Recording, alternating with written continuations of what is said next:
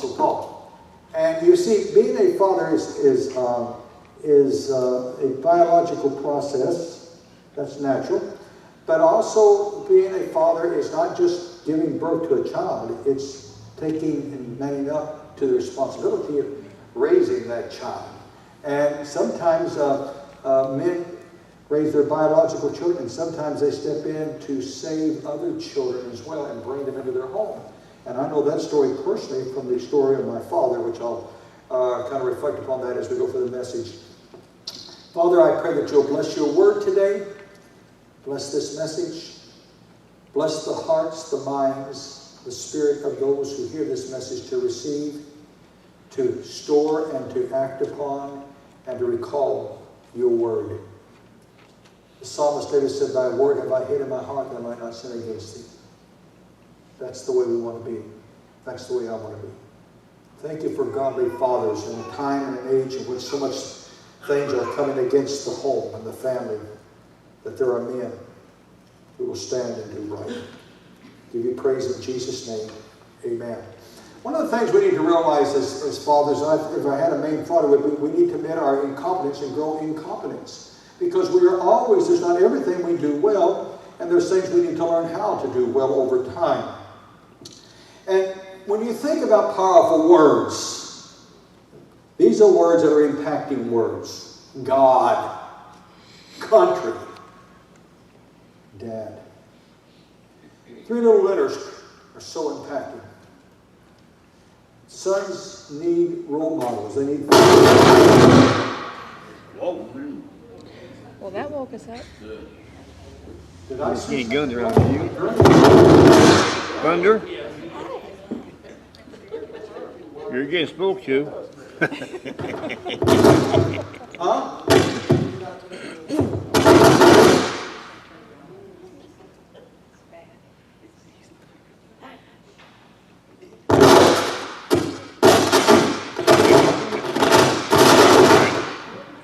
Well, you woke everybody up. I think it's the antenna. Make sure the wire's not touching it. Nothing. It's not touching it. No, I haven't. Sound off? Testing 1, 2.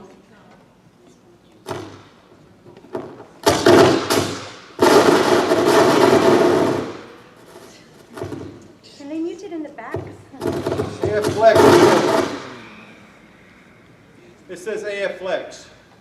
I'm going to shut this down and go to the hand mic. Yeah. Guess what? It's Father's Day. You might get a new microphone. Got couch for a long time.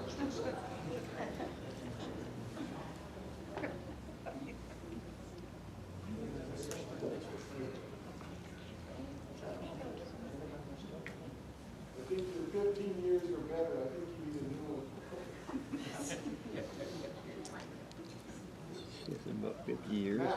15.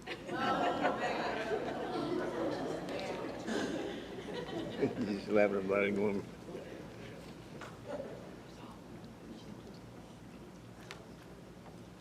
Here we go. Get this going now.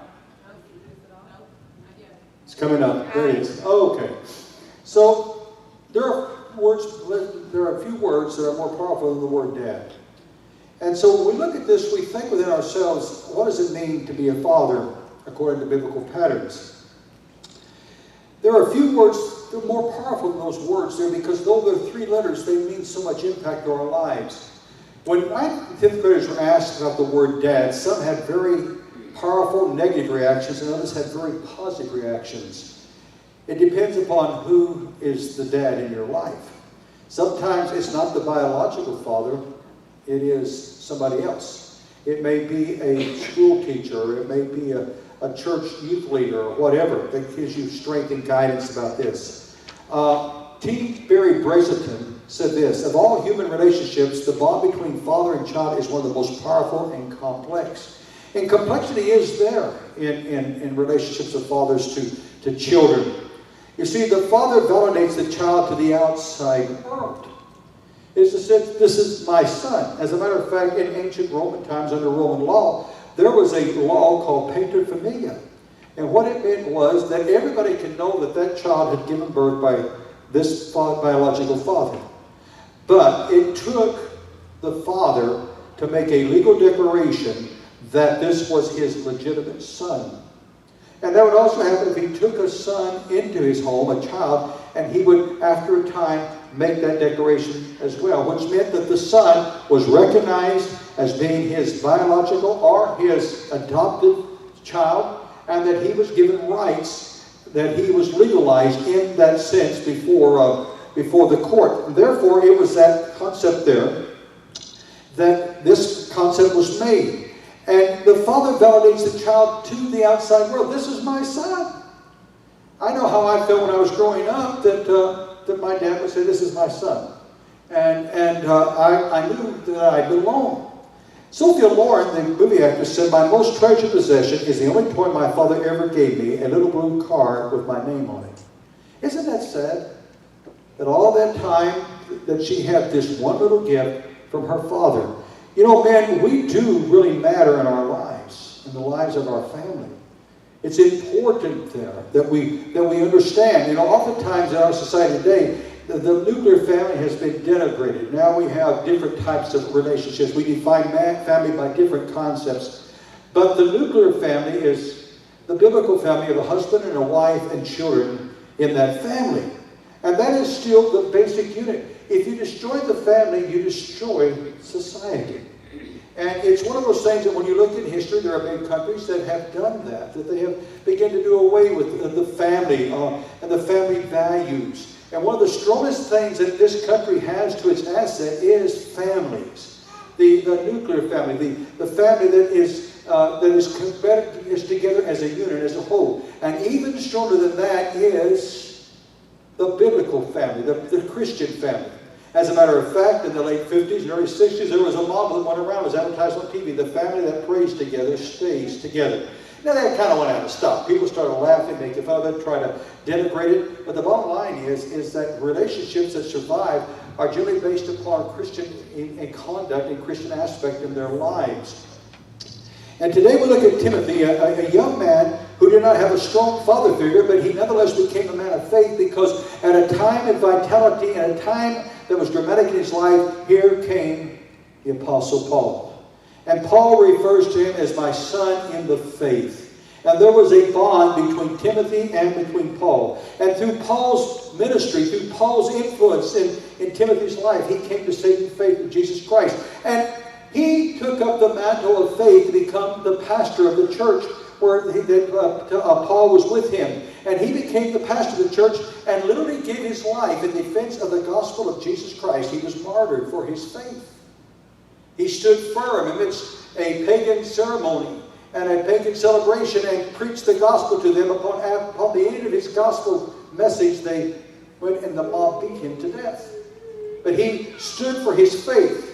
And when we look at this, there are some stages we go through. And stage one is recognize that you are unconsciously incompetent. Now, what does that mean?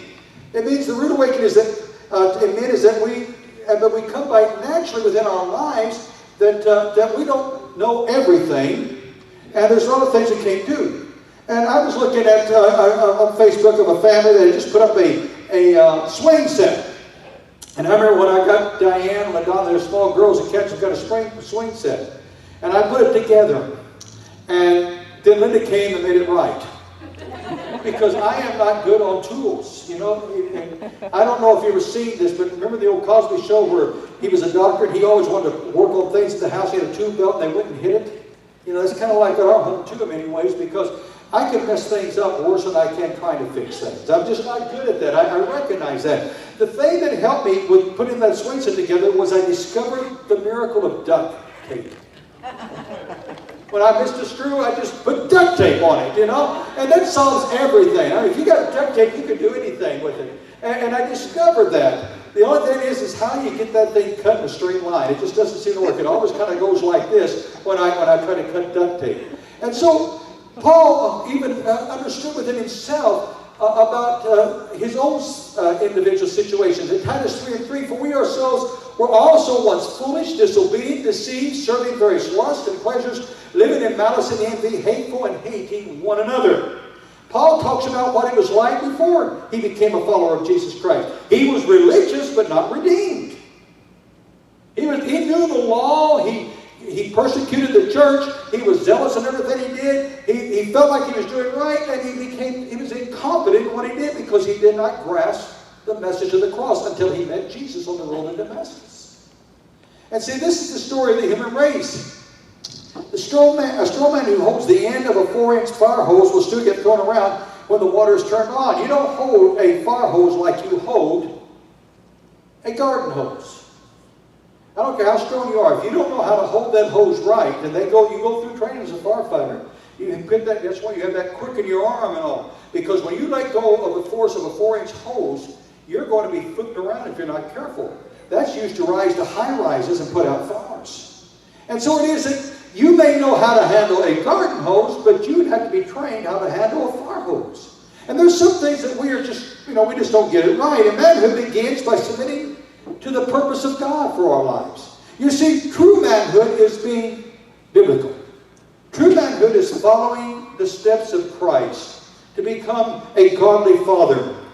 And even in the best families, they display some foolishness. You ever got that one crazy cousin who comes and says things off the top of her head, and they come in and you kind of want to move away from them, but somehow they find you. It's kind of like they got radar.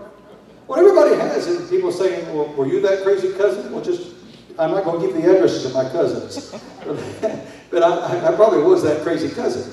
But it's a sense of understanding within our lives, and even the best families display some sense of discord or foolishness or not total correctness.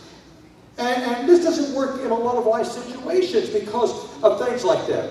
We have to find ourselves the ground in which we realize that all of us need help. All of us need saviors. And a family needs a godly man. A family needs a godly father. And that's the ideal family. But then there are also those who can come along and mentor your life if you're a child growing up. But there are people who spoke into my life. My father was very influential in my life. But let me tell you how his life was before I came around. My dad grew up, and he was the youngest of 13 children. His mother he was 86 when his mother died. The only thing I remember about his mother was she was a very devout Christian, and she would pray over him, God, I'm not afraid to die. He remembered this prayer. He told me, I know I'm not going to be able to raise my son, but my prayer is don't let him be lost. And that got into his mind. His dad was a godly man. He was a good man. He loved the Lord. But he spent all his time working because it was a depression. He was trying to put food on the table. And finally, he married another woman after his wife's death, and she was not a very good woman. Matter of fact, she went to jail for starving elderly people. But she was very abusive to my father, and finally kicked him out at age 11 homeless. And he could have grown up to be a very bitter man and taken it out on me. But what had happened was that his brother-in-law heard that Dad was sitting out there with no place to go, and he went and got him and took him home, told him what the rules were, and said, if you can do that, said, you're going to stay with us. And he stepped in and became the father figure to my own dad, my Uncle Truman, and Aunt Myrtle, his sister. And Truman was a good man. He wasn't a Christian. Matter of fact, he was the opposite of a Christian. He was a very moral man, but he was also a very vulgar talker. He smoked 3 packs of cigarettes a day, and he would drink every day, and he would drink a bucket of beer, and he drank a 5th of whiskey and never got drunk. He knew how to hold his liquor. But he was a great worker. He was a great man who took care of his family. But one day, he was good. He wasn't saved. But he helped give guidance to my father. But one day he went to a revival meeting at the Brethren Church there in town. And my cousin Woody was there. And he said what happened was that the Truman Dodge who went down there was not the Truman Dodge who came back. He went forward, down the altar, gave his life to the Lord, laid down his cigarettes, never took another smoke. He was a sailor blushed with cussing. He never said another bad word. He got home, he took the liquor, and he threw it down the sink, and never took another drink. And when I was talking to Uncle Truman about that before he died, he said, when I got saved, I got saved. And Truman Dodge, who was a good provider, a good man, and a good role model, became a godly man who improved his life and the life of his children around him by coming to know Jesus Christ. The best thing, dads, we can do is to set that family altar in motion where we pray with our children and over our children. They need to hear a father praying for them. They need to understand them. And so we look at this. Stage 2 becomes that we can become consciously incompetent. We need to become aware that in some areas we're not competent. We can't do things. I can't build swing sets. And the most men are not easily coached, and oftentimes we walk away when something threatens us. And one of the things that we have to do is we have to learn how to be able to communicate with our families and all. We don't always get it right because men don't think the way that women think. And men have a hard time oftentimes responding the way that they really would like to respond. A wife may shout something is wrong over and over again, and the husband just kind of ignores it until the day that she files for divorce. And you can ask yourself the question here as men, if what I believe and what I am doing is wrong, do I want to really know? I think it behooves us to really examine our relationship with our wife and our children. I made a lot of mistakes. I'm not standing up here telling you what to do. I'm telling you from experience. Raising my children, I made a lot of mistakes. I've had to apologize to my daughters. And I didn't always get it right. But I kept trying to do better. And that's what we have to do as men. We have to keep trying to do better. So the third stage is become conscious of our competence. What are we good in? It's being willing to learn how to walk over and over again. When I was a baby, I used to fall down and cry, and Mom would get me up, and Dad would get me up, and they'd walk me in. Over a while, I became pretty good at walking. Then I tried running. That was okay. Then I tried riding a bike. First time it wasn't that good, but I kept trying. So we do that. And so we talk about this. You see, Willard Harley, in his book, Timber Warrior, said this: a man can have the best intention to meet his wife's need, but if he thinks her needs are similar to his own, he will feel miserably. Women have different needs. Your wives have different needs than you do. And you have to learn how to do that. And you always will be learning. And by the way, the wife will be learning about you too. And they're more perceptive about us than we are about ourselves, because many times they know things about us we don't even realize. And so we have to realize that. And so we need to become, number 4, consciously competent in our lives. By God's grace, we can become the product of the first 3 stages. When you have your eye on the purpose of God, you've been refathered or reparented at the foot of the cross. When God saves you, He changes you.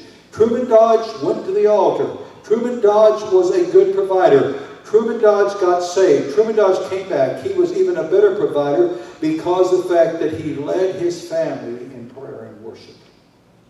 You see, the greatest thing is the family altar. And we don't have that much anymore. Husbands and wives don't pray together. You need to go back and discover what it means to pray for one another. Nothing blesses me any more than when my wife prays for me. Because I know she knows me. And I know that when she prays, she's got my best intentions at heart. And I'm very grateful to the wife that I married that she prays for me. And she knows when I pray for her, that I have my best intentions for her. And that I am praying for her. And there's nothing wrong with men and women praying. You know, some guys said, I don't like to open up. Well, the greatest thing you can do is to open up and talk to the Father for your wife and for your family. Pray over them. We call our kids' names out and our grandkids out in prayer every day, every morning and every night. And the Bible tells us that we can be used of God to be an example not only to our families, but to others. To others.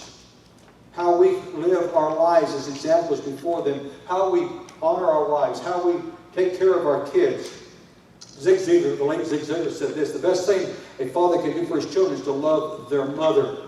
And I remember when my kids were smaller, they would go to Mom and say, Mom, ask Dad, he'll do anything for you.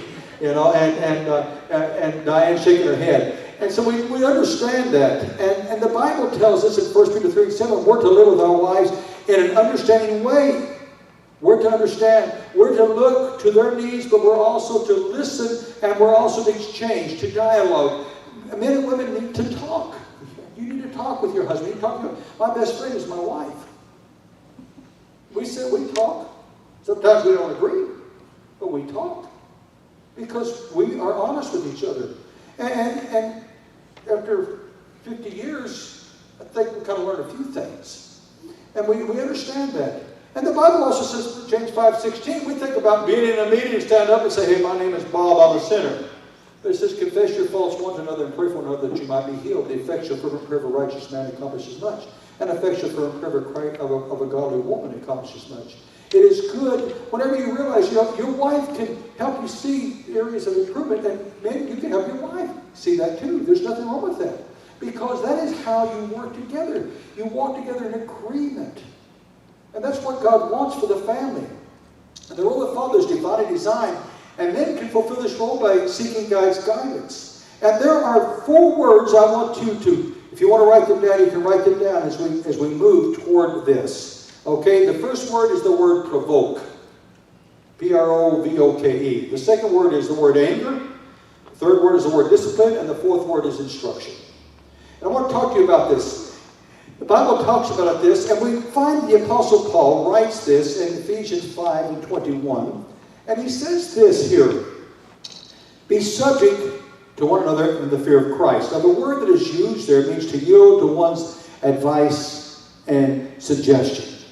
And the idea is Paul begins this in on the role of the father because many people that are critics of Christian family values, they point to this as saying, the man is subjugating his wife, and that's not what's happening here. He begins by saying, men, be subject to your wives, wives, be subject to your husbands. That's how a family unit dynamic grows.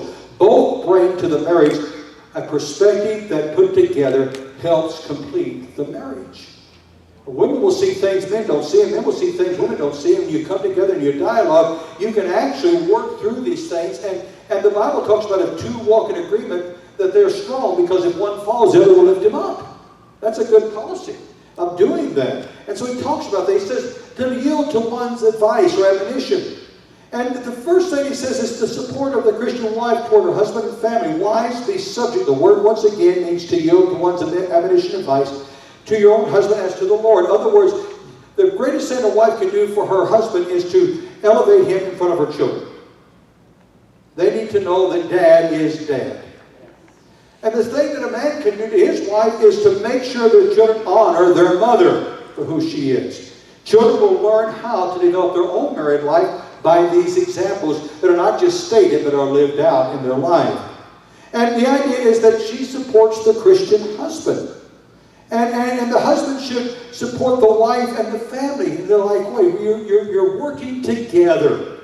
You're working together. And he says this, husbands love, and let me stop right there with that word, because that word there is agape.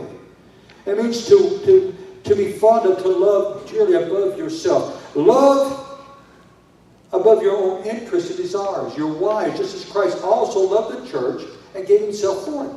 So he talks about this, and he says to the children, obey and respond positively to the command of your parent in love.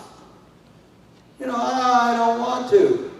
I know you don't want to, but because I love you, I'm going to teach you some ability to take discipline in your life to learn how to do things you don't want to do.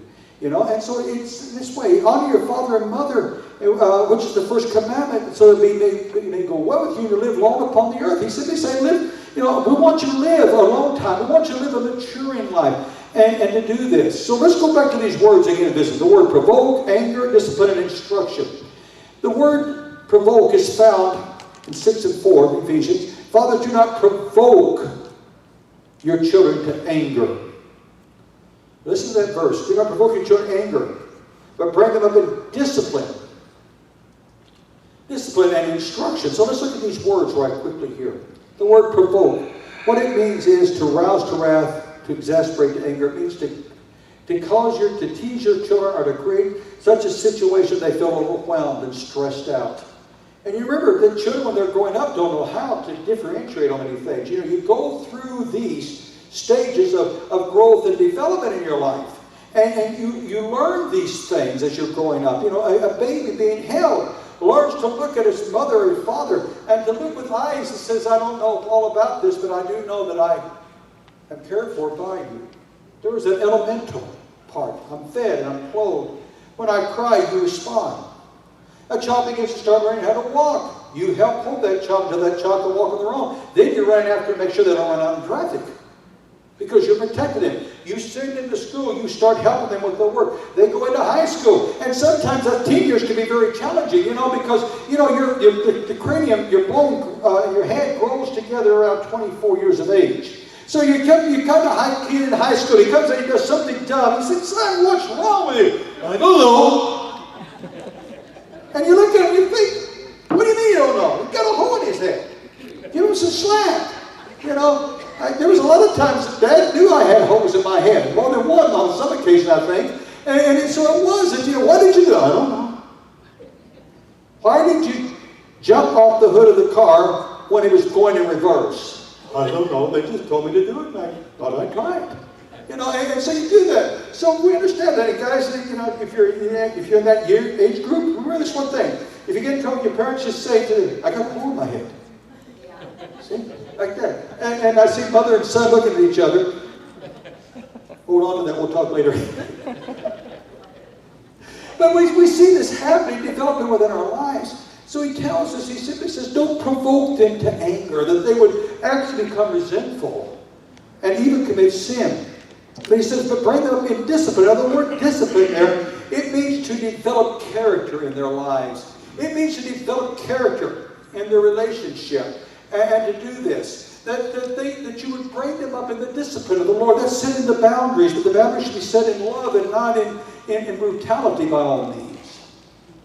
But setting boundaries, giving curfews and things like that, there's nothing wrong with that. Also making them accountable to you. And now with your smartphones, you can put on Find Friends and put them on there and say, you better not take that off. And you'll know where they're at all the time. All you have to do is just follow them. And kids are saying, I wish you hadn't told them that. I wish you hadn't told them that. But it works to your advantage to do that.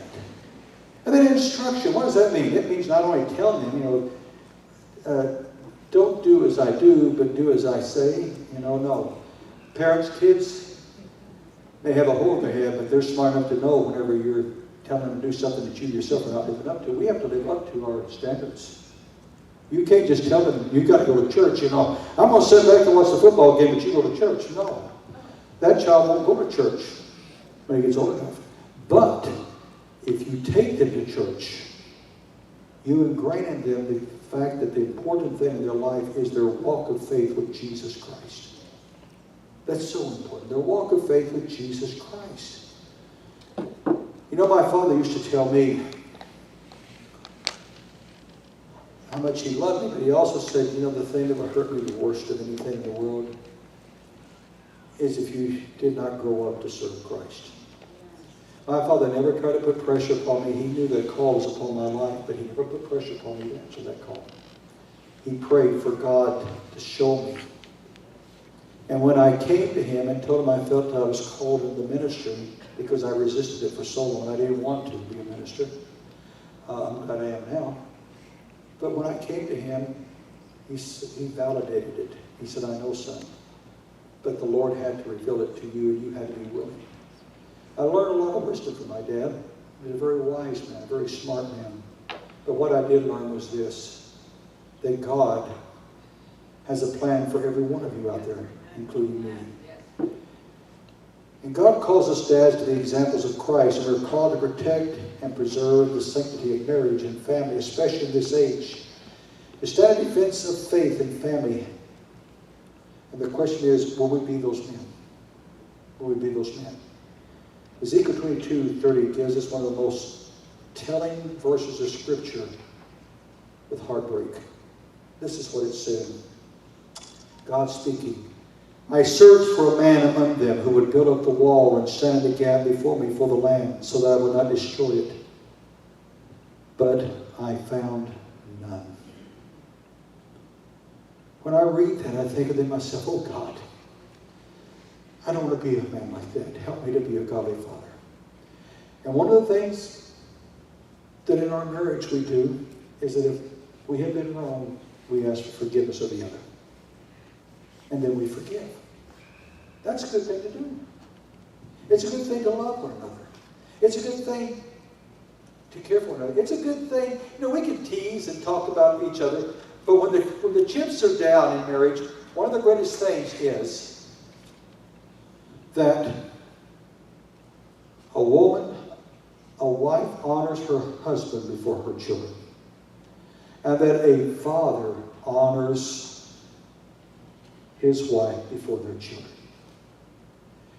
If growing up, mom and dad are bragging on each other, disagreeing, but forgiving one another and strengthening, the honesty of that marriage will help the child to realize what stability in marriage is. You can kind of pull apart, but you come back together. You can kind of have a disagreement, but you learn how to forgive. How to, maybe if you're wrong and ask for forgiveness, how to forgive graciously, knowing that the next time around you may be asking for forgiveness.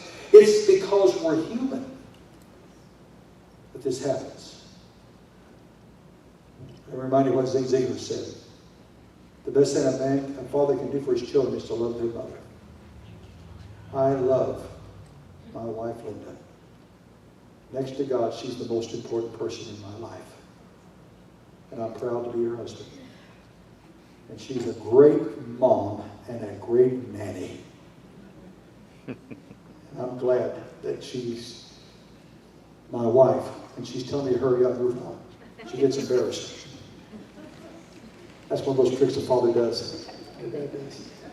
But more than that, God loves you. Let's bow our heads before we just